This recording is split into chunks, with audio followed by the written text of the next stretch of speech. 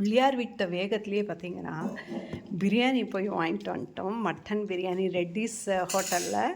So அதுக்கு வந்து raita and கத்திரிக்காய் 4 முட்டை கொடுத்துருக்காங்க. 4 பிரியாணி வாங்கினோம். பவுலில் எடுத்துகிட்டு போயிட்டோன்னா அதிலே போட்டுட்டு வரலான்ட்டு மேடம் வந்த வேகத்துலேயே வந்து உக்காந்து சாப்பிட ஸ்டார்ட் பண்ணிட்டாங்க.